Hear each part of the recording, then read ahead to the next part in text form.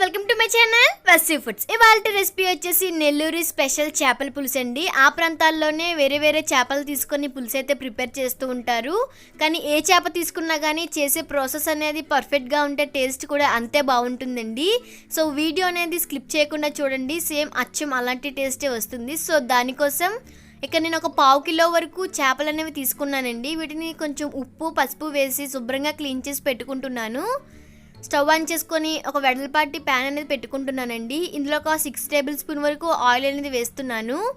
Oil heat అయిన తర్వాత 1 table spoon వరకు ఆవాలు వేసి ఆవాలు అనేవి చిటపటమనే తర్వాత ఒక 1/2 టేబుల్ స్పూన్ వరకు మెంతులు అనేది వేస్తున్నానండి. మెంతులు అనేవి ఎక్కువగా వేయకూడదు, ఎక్కువగా వేస్తే చేదు వచ్చేస్తుంది. ఇవి కొంచెం వేగిన తర్వాత 1 టేబుల్ స్పూన్ పచ్చిశనగపప్పు, 1 టేబుల్ స్పూన్ గుండె మినపప్పు కూడా వేస్తున్నాను. ఇవి 1 టేబుల్ స్పూన్స్ వేస్తే సరిపోతుందండి, ఎక్కువగా వేయనవసరం లేదు. మీడియం ఫ్లేమ్లో కొంచెం వేగేంత వరకు వేయించుకోవాలి. ఇప్పుడు ఇందులో 1 కప్పు వరకు సన్నగా తరిగినటువంటి ఉల్లిపాయలు వేస్తున్నానండి.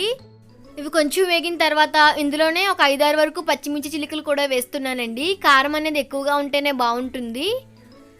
ఇవి కొంచెం వేగిన తర్వాత ఇందులో ఒక 1/2 టేబుల్ స్పూన్ వరకు పసుపు అనేది వేస్తున్నాను. నాన్ వెజ్ వండేటప్పుడు ఎప్పుడు కూడా పసుపు అనేది యాడ్ చేసుకోవాలండి. అలా యాడ్ చేసినట్టయితే నీచు వాసన ఏమీ రాకుండా ఉంటుందండి. ఇప్పుడు మీడియం ఫ్లేమ్లోనే ఉంచి గోల్డెన్ బ్రౌన్ కలర్ వచ్చేంత వరకు వేయించుకోవాలి. ఇప్పుడు ఇందులో ఒక అరగంట పాటు నానబెట్టినటువంటి చింతపండు అనేది ఇలా రసం తీసుకొని వేసుకుంటున్నానండి. చింతపండు అనేది ఒక 50 గ్రామ్స్ వరకు తీసుకున్నాను. నేను తీసుకున్న క్వాంటిటీకి ఒక 50 గ్రామ్స్ వరకు చింతపండు అనేది సరిపోతుందండి. ఇప్పుడు మొత్తం అంతా కూడా ఒకసారి కలుపుకొని ఇందులో ఒక 5 నుంచి ఒక 6 టేబుల్ స్పూన్ వరకు కారం వేస్తున్నాను. సరిపడా సాల్ట్ కూడా వేసి మొత్తం అంతా కూడా ఒకసారి కలుపుకోవాలండి. కారం అనేది ఎక్కువగా ఉంటేనే బాగుంటుంది. ఉప్పు కారం సరిపోయిందో లేదో చూసుకోవాలి. కొంచెం కారం అనేది తక్కువగా ఉందండి, సో అందుకే ఒక 1/2 టేబుల్ స్పూన్ వరకు కారం కూడా వేసి మొత్తం ఒకసారి కలుపుకున్నాను. మూత పెట్టుకొని మీడియం ఫ్లేమ్లోనే పులుసు అనేది బాగా కొంచెం దగ్గర అయ్యేంత వరకు ఉండాలండి. చూసారు కదా, ఇక్కడ నాకు ఒక 5-10 నిమిషాల తర్వాత పులుసు అనేది ఇలా చిక్కబడింది. ఇప్పుడు శుభ్రంగా క్లీన్ చేసుకున్నటువంటి చేప ముక్కలు అనేవి వేస్తున్నాను. ఇప్పుడు గరిటతో చేప ముక్కలు అనేవి కొంచెం పులుసులో మునిగేంత వరకు ఇలా కలుపుకుంటున్నానండి. చేప ముక్కలు అనేవి వేసిన వెంటనే విరగవు కదా, సో అందుకోసం ఇలా గరిటె పెట్టి కలుపుకుంటున్నాను. మూత పెట్టుకొని ఒక 10 నిమిషాల వరకు అలా కలపకుండా వదిలేయండి. 10 నిమిషాల తర్వాత పులుసు అనేది ఇలా చిక్కబడుతుంది. ఇప్పుడు ఏదైనా గొడ్డ పట్టుకొని ఇలా తిప్పుతూ ఉండాలి, గరిటె పెట్టకూడదండి. ఎందుకంటే గరిటె పెట్టినట్లయితే చేప ముక్కలు అనేవి చిదిగిపోతాయి. ఇప్పుడు మొత్తం అంతా కూడా ఒకసారి కలుపుకున్నాం కదా. ఇప్పుడు ఇందులో మెయిన్ ఇంగ్రీడియంట్ మామిడికాయ ముక్కలండి. ఇవి కొంచెం పెద్దవిగా కట్ చేసుకున్నా పర్వాలేదు.